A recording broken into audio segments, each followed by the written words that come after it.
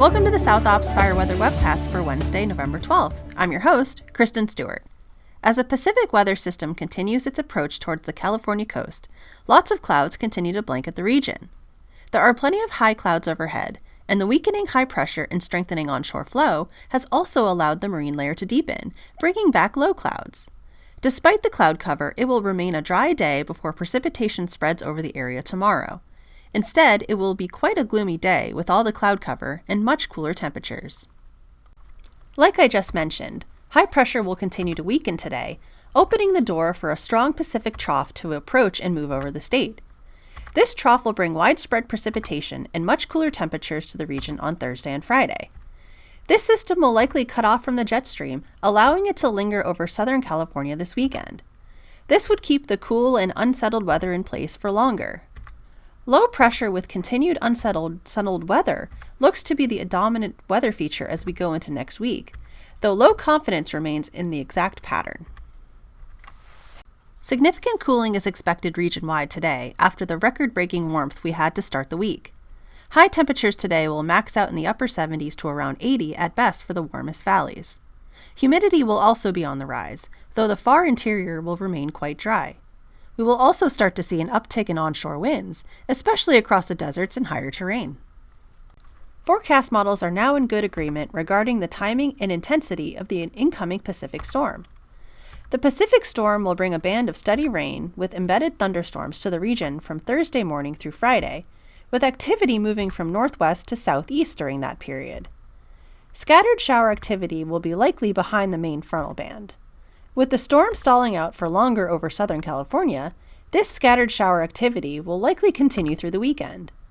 The southerly flow pushing up against the coastal slopes may allow for additional steady rain bands to occur over the weekend, though there does remain some uncertainty as to how this additional activity will look. Rainfall totals of 1 to 3 inches are likely over most lower elevation areas through the weekend, including coastal SoCal, which will likely see the higher end of that range due to the longer period of precipitation. The higher terrain will see higher totals of at least 3 to 6 inches, with the high end of that range favoring the south-facing slopes in SoCal. This is due to the orographic enhancement from the southerly flow pushing up against the coastal slopes that are oriented perpendicular to the flow. The snow level will likely remain above 8,000 feet for most of the event. Significant snowfall of a couple feet is expected across the High Sierra. Temperatures will plummet even more on Thursday and Friday as the coldest air mass of the season moves in with this storm. Valley highs will only rise into the 50s and low 60s by Friday.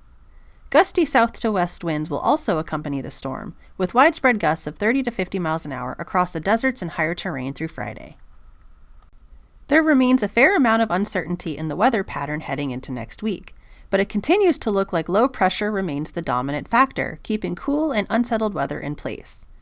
Continued below normal temperatures look to be likely, as well as additional rounds of precipitation, though there remains uncertainty as to the timing. We will get more into this part of the forecast after we get through the main event of this first storm. Fire potential will remain low today, then drop to negligible levels as the Pacific storm brings in widespread significant precipitation to the region. The rainfall will bring renewed acceleration to seasonal green-up and lead to significant increases in both dead and live fuel moisture. This will allow significant fire potential to remain negligible for a long duration of time, really putting a nail in the coffin for fire season 2025. And that's all I have for today. Thanks for tuning in. Our next webcast will be on Thursday, November 13th. Have a fantastic day.